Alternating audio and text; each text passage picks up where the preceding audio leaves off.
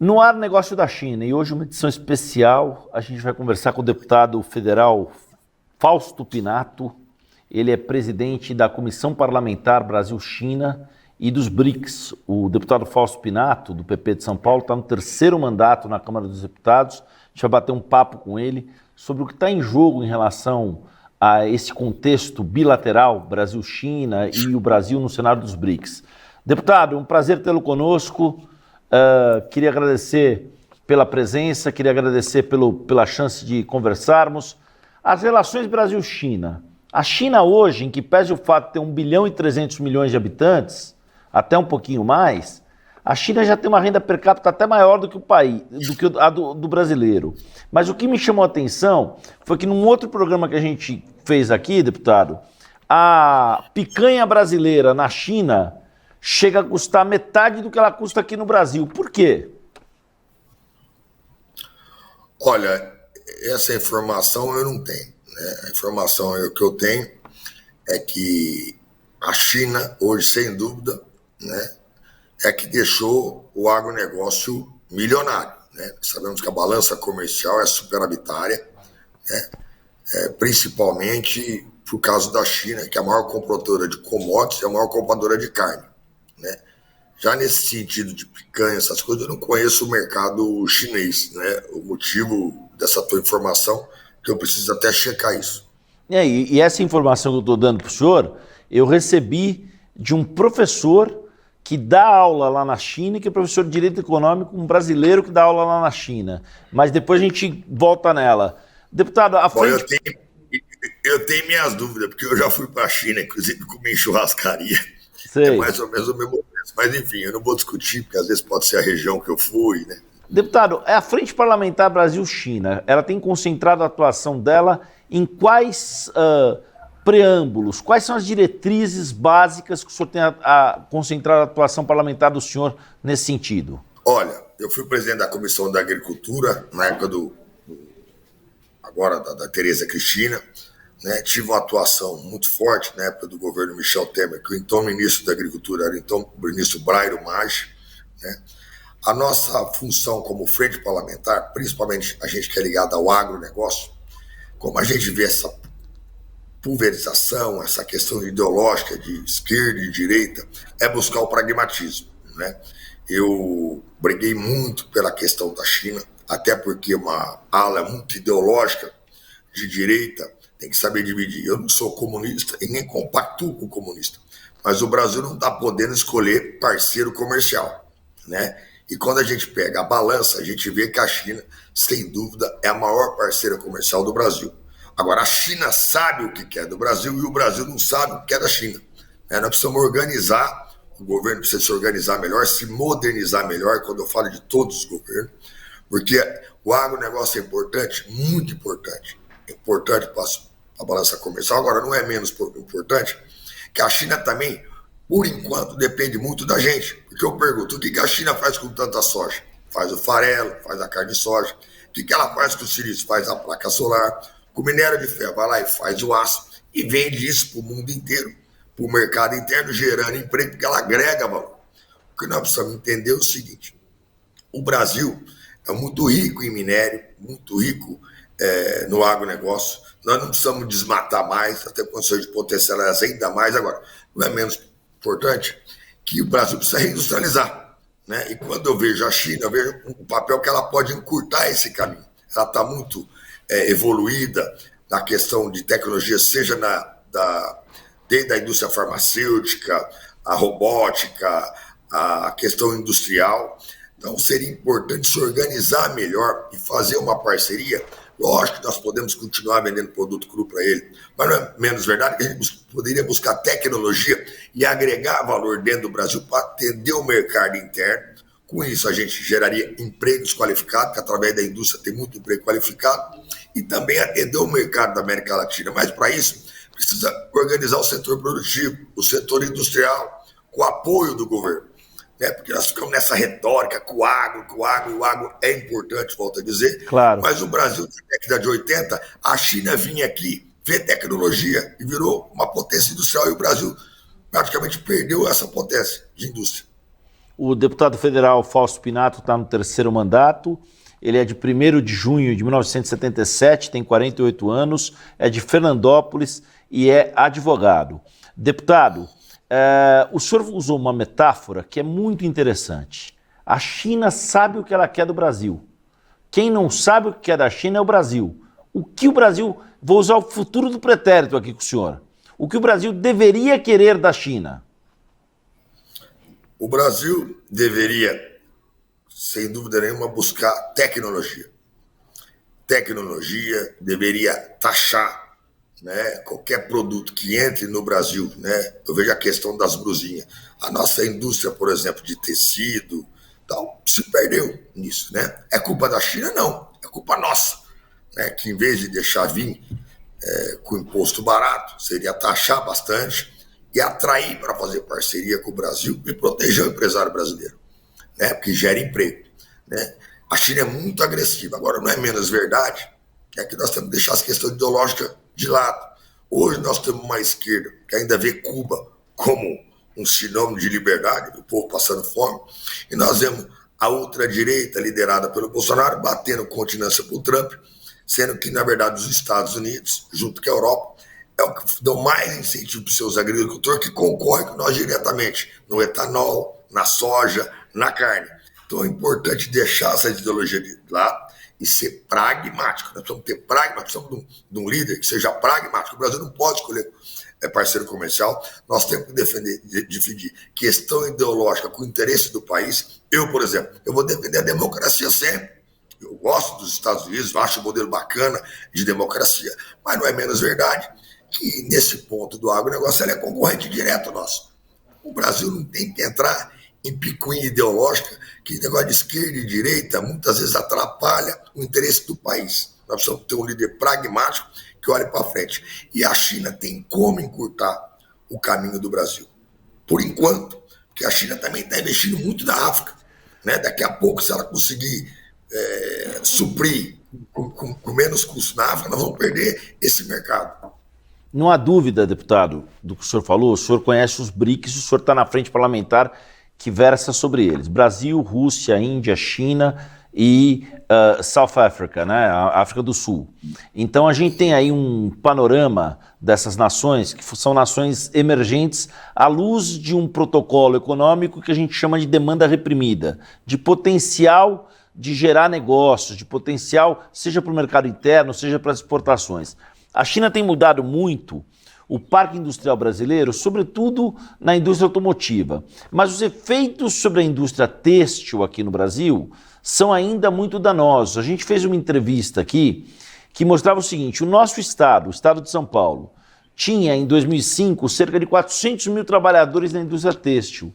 Hoje ele tem 150 mil trabalhadores na indústria têxtil como um todo, na cadeia. E muito disso vem desse processo de sites ou de vendas como a Shine faz, tudo mais. Como é que a gente deve se organizar para ter um modelo que pode vir a ser predatório, sob pretexto de oferecer produtos mais baratos para o consumidor, ao mesmo tempo sucateando a indústria nacional? Primeiro que a indústria nacional deve se organizar através das suas associações e estar alertando o governo disso. E ter um governo, né, que se antecipe a esses movimentos. Quando perceber que está entrando muito produto, né, é igual um dia eu brinquei, né? Esse dia para trás o governo quis dizer aí que aumentou 14% a compra de veículo. Né? Eu falei, mas eu quero ver quantos postos de trabalho gerou. Porque se a gente não taxar os carros elétricos, né, nós vamos matar a nossa indústria, que faz carro a gasolina, que faz carro a diesel. Mas o carro elétrico é o futuro. Então nós temos que tentar trazer parceria, como veio a BYD na Bahia, como tem a GWM em São Paulo, para eles fazerem esses carros aqui. Vale a pena. O contrário, não. Porque nós acabamos dando a mão de obra brasileira, consequentemente gerando um desemprego,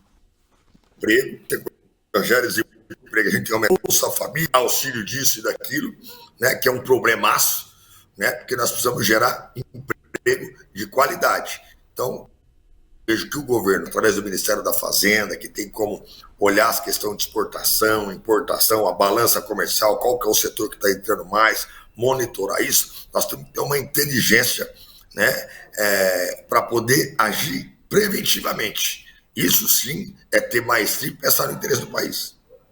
Quando o senhor fala gerar emprego de qualidade, o senhor tocou aí no exemplo da GMC e da BYD na Bahia, na antiga fábrica da Ford em Camaçari, né? Quando o senhor cita esses exemplos, analogamente, e se a gente fosse para a indústria têxtil, por exemplo, com essa concorrência predatória, né? Eu brinco aqui na produção falando o seguinte: chega a cueca aqui no Brasil por R$1 e ela é vendida por 10. E a indústria brasileira não consegue fazer uma cueca que custe menos que 15. Então já começa com um gap aí de 50%, só na questão da precificação. Como é que a gente enfrenta esse fenômeno, o deputado? Olha, primeiro, né, que o Brasil tem uma carga tributária muito grande. Né? Segundo, que a China, né, lá na China, né, o pessoal fala da esquerda, mas lá sindicato não faz greve, o pessoal tem mais obrigação do que direito, né? E é muito bonito, às vezes, os Estados Unidos, a própria Europa usa criticar a China, mas eles fizeram a China virar uma gigante. Para usar essa mão de obra barata, eles começaram a fabricar tudo lá, ou seja, faça o que eu falo, mas não faz o que eu faço. Né? E a China foi olhando, foi copiando, foi se modernizando, foi investindo em pesquisa, em qualificação, né? E copiou e às vezes até melhorou, né? A questão de maquinário, de produção. E eles têm, como você disse aí, cerca de 1 bilhão e 400 milhões de habitantes. É um país agressivo na questão do comércio, buscando preço, né? Agora, não é menos verdade que eu vi uns discursos, mas a brusinha chega a R$2, R$10, aqui no Brasil custa 70. Tudo bem, nós temos que olhar essa questão tributária, que eu acho que nós temos que melhorar. Agora, não é menos verdade que essa desculpa de ser mais barata, que atende o pobre, vai tirar milhões de pessoas, milhares de pessoas de posto de trabalho. Então, o que é melhor? Manter o posto de trabalho, né? Às vezes produto um pouco mais caro por causa da carga tributária, isso não é culpa do empresariado, mas sim da questão tributária, ou deixar comprar mais barato e criar milhares de desemprego. É que, na verdade, né, um lado só pensa em arma, só pensa em ideologia vazia, e o outro lado dá até a impressão que quer muita gente desempregada, que através do Bolsa Família e dos auxílios, manter essa pessoa amarrada. É a política de pão e circo, é o que eu penso. Para a gente encerrar, deputado, eu sei que o senhor tem horário, e a questão tributária, deputado? Quando a gente compra uma blusinha da Shein, a gente está, de certa forma, gerando receita que não é para o Brasil, porque a estrutura desses players globais, Shein e outras grandes que estão aí, a estrutura é ter escritórios com baixíssima empregabilidade no Brasil, baixíssima empregabilidade, e gerar divisas para o exterior, não é isso? Vamos aqui, você tocou num ponto muito sensível. Né? Eu, por exemplo, eu sou presidente da Frente Parlamentar Brasil-China, defendo a parceria com a China, acho que a China é importante para o desenvolvimento do país, mas nós temos que saber o que nós queremos. Por exemplo, eu sou contra estrangeiro comprar terra no Brasil. Nós perdemos toda a cadeia produtiva em breve. Você está tocando num ponto aí que não é só isso, não é só de vender a blusinha. O próprio setor logístico de entrega, né, já tem empresas chinesas aqui dentro. Que quer dizer, ele vende lá, ganha também aqui, entregando esse produto, prejudicando até os Correios, que está com um prejuízo violento. Então, o que acontece? Gente, é só fazer conta. Ninguém inventou a roda. Vamos copiar o que os outros fazem. Por exemplo, recentemente nós não vimos uma briga agora de tarifa para lá, tarifa para cá. Nós temos que defender o povo brasileiro, o empresário brasileiro. Bem ou mal, cada um no seu quadrado. É mais caro. Tudo bem, mais caro, mas está gerando emprego. Mas é mais caro por quê? Por quê? Porque aqui também nós temos muitos direitos trabalhistas, temos sindicatos, né? E aqui eu não estou criticando. Né? Na China não tem isso. Se tem, ninguém grita lá. Mas aí a gente cai na armadilha da barreira protecionista, deputado? Olha, não é a armadilha da barreira protecionista, mas não é menos verdade que nós temos que proteger a nossa indústria. Eu voltei a falar, na década de 80, a China não era igual ao Brasil. Sim. Muitos países não eram igual ao Brasil. O Brasil também, na década de 60, 70, tinha um monte de indústria automobilística, indústria do setor, principalmente no ABC. E nós estamos perdendo isso. Né? Nós temos que saber dosar, ser justo. Agora, podemos até deixar entrar uma parte e tal. Agora, não é menos verdade que entre o interesse do Brasil e da China que o interesse do Brasil. Tá bom. Temos aí um outro exemplo também que vale a pena a gente voltar, que é o da 99, né? Empresa chinesa operando nos táxis em algumas das grandes capitais do país, né, deputado? O chinês é muito agressivo, são muito focados nesse sentido.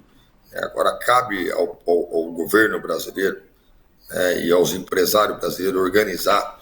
A gente podemos até virar sócio, parceria, algumas coisas, né? Porque a gente tem a tecnologia, mas não podemos, de certa forma, ficar totalmente refém e não deixar de gerar emprego. Deputado federal Fausto Pinato, terceiro mandato, membro da Comissão de Comunicação da Câmara, presidente da Comissão Brasil-China e da Comissão dos BRICS, Brasil, Rússia, Índia, China e África do Sul. Foi um prazer falar com o senhor, a gente espera voltar ao assunto tão logo a gente tenha mais delimitado esse processo para preservar os interesses da indústria nacional e não submetê-la a uma concorrência predatória.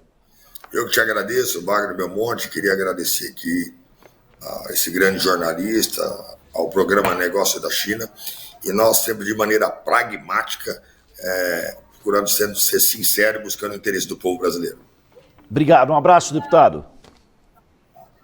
Esse é um assunto muito importante, porque ele envolve um hiato. De um lado, aqueles que pleiteiam essas barreiras comerciais para preservar os interesses da indústria.